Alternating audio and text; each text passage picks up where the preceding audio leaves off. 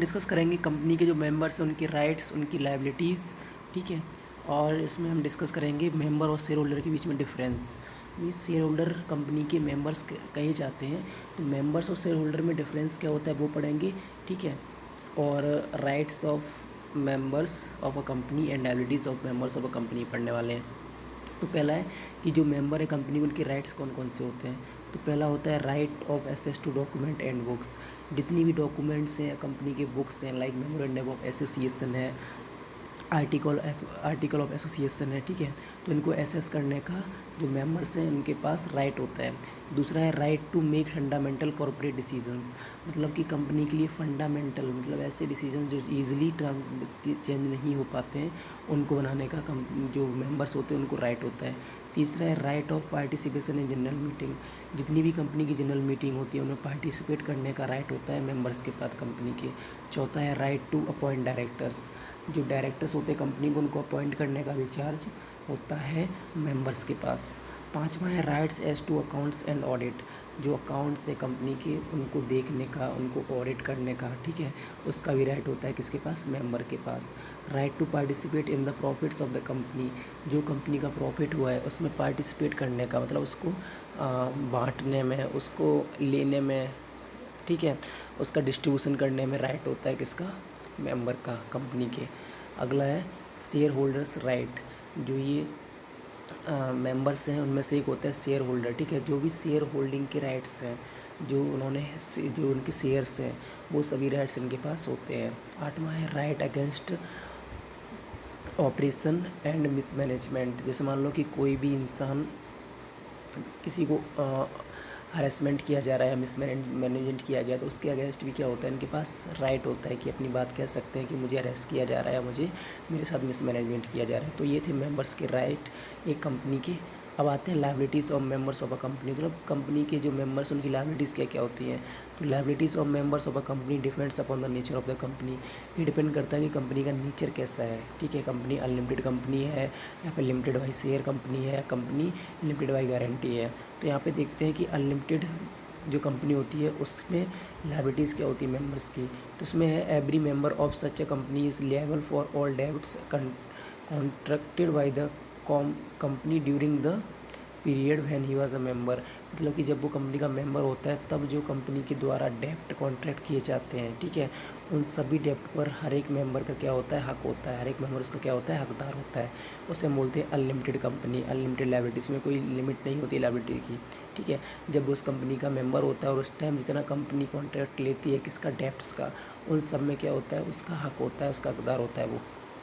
दूसरा है company limited by guarantee. मतलब गारंटी के द्वारा जो कंपनी लिमिटेड होती है उसमें क्या होता है, तो every member is liable to contribute to the extent of the amount guaranteed by him.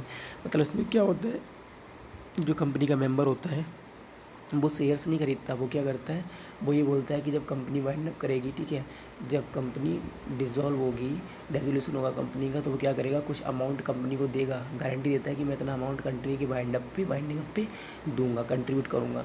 तो ये होते हैं कंपनी लिमिटेड बाय गारंटी। तो ये गारंटी पे लिमिटेड रहती है कंपनी, ठीक है। तो इसमें क्या होता है कि every member is liable to contribute to the extent of the amount guaranteed by him. जितना उसने अमाउंट गारंटेड किया है कंपनी को देने के लिए, उस अमाउंट तक क्या रहता है, उसकी लायबिलिटी रहती है, उसके ज़्यादा लायबिलिटी नहीं रहती। तीसरा पॉइंट है कंपनी लिमिटेड बाई शेयर्स। मतलब जो कंपनी शेयर्स के द्वारा लिमिटेड है उसमें क्या होता है, तो the liability of a member is limited to the amount unpaid on the shares held by him. If he has paid full amount on shares his liability is nil. क्या मतलब ये है कि जो मेंबर्स उन्होंने जो शेयर खरीदा है, ठीक है, अब जो शेयर खरीदा है उसका जितना पेमेंट कर दिया है, जैसे मान लो 100 रुपये का शेयर है और उसने 80 रुपये पेमेंट कर दिए, बचे 20 रुपये, तो जो 20 रुपये बचे हैं उसने पेमेंट नहीं किया, वो उसकी लायबिलिटी है, ठीक है। और उसने पूरे 100 के 100 रुपये कर दिए पेमेंट, तो उसकी लायबिलिटी ज़ीरो है। तो ये बोला गया है। तो इसमें लिमिटेड बाई शेयर में क्या होता है कि जो शेयर का अमाउंट आपने पे नहीं किया वो आपकी लायबिलिटीज़ है। तो हमने देखा यहाँ पे कि लायबिलिटीज़ ऑफ मेंबर क्या होते हैं। अब देखेंगे difference between member and share holders. देखो शेयर होल्डर को कंपनी का मेंबर कहा जाता है, मेंबर और शेयर होल्डर में डिफरेंस क्या है वो देखेंगे हम। तो पहला है मीनिंग। तो a person whose name is written in the register of the company is a registered member of the company. क्या मतलब ये है कि ऐसा पर्सन जिसका कंपनी के जो रजिस्टर है उसमें नाम लिखा हुआ, तो उसे हम बोलते हैं registered member of the company.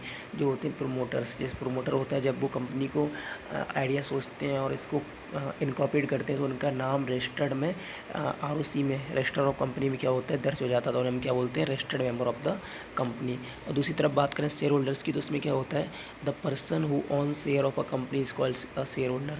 ऐसा पर्सन जो कंपनी के शेयर को ऑन करता है, ठीक है, उसका मालिक होता है, तो उन्हें हम बोलते हैं शेयर होल्डर्स।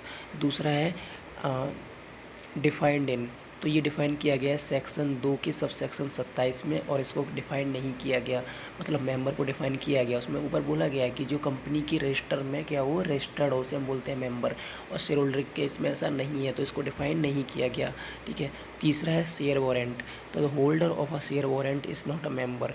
जिनके पास शेयर वारंट होता है वो मेंबर कंपनी के नहीं होते हैं, वो क्या होते हैं, शेयर होल्डर होते हैं।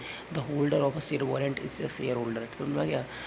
चौथा पॉइंट है कंपनी, तो every company must have minimum numbers of members, तो हर कंपनी में मिनिमम नंबर्स ऑफ मेंबर्स होने चाहिए, लेकिन the company limited by shares can have share holders. जो कंपनी लिमिटेड बाय शेयर्स है, मतलब ऐसी कंपनी जो पब्लिक को अपने शेयर्स ऑफर करती है, तो वो शेयर होल्डर्स रख सकती है, उनके पास शेयर होल्डर हो सकते हैं, ठीक है। अब देखते हैं अगला पॉइंट है मेमोरेंडम, तो इसमें क्या है कि the person who science the MOA with the company becomes a member. जिस पर्सन ने MOA में साइन किया है, ठीक है, कंपनी की MOA में साइन किया है, वो क्या बनता है, मेंबर बनता है कंपनी का। After signing the memorandum a person can be shareholder only when the shares are allotted to him. मतलब कि मेमोरेंडम में आपने साइन कर दिया, ठीक है, फिर क्या हुआ कि साइन करने के बाद जब तक शेयर्स अलॉटेड नहीं होते हैं, शेयर्स को मार्केट में अलॉट नहीं किया जाता है, ठीक है, इंट्रोड्यूस नहीं किया जाता है कि पब्लिक आए उसको ख़रीद ले, तब तक शेयर होल्डर मेंबर्स नहीं बन सकते, ठीक है। तब तक कोई शेयर होल्डर नहीं बन सकता। यहाँ पे क्या, after signing the memorandum a person can B A share holder, तभी जाकर कोई शेयर होल्डर बन सकता है, नहीं तो नहीं बन सकता, क्योंकि जब तक MOA जो है ना, अगर वो साइन नहीं है, ठीक है, अगर वो साइन नहीं किया गया है तो कंपनी शेयर इशू करेगी नहीं, और इशू नहीं करेगी तो शेयर होल्डर बनोगे नहीं। तो शेयर होल्डर कब बनोगे, जब आप शेयर के मालिक बन जाओगे, तो शेयर के मालिक कब बनोगे, जब कंपनी शेयर को इशू करेगी, ठीक है। तो ये हमारे पॉइंट्स थे शेयर मेंबर और शेयर होल्डर के, तो आई थिंक आपको समझ में आ गए होंगे।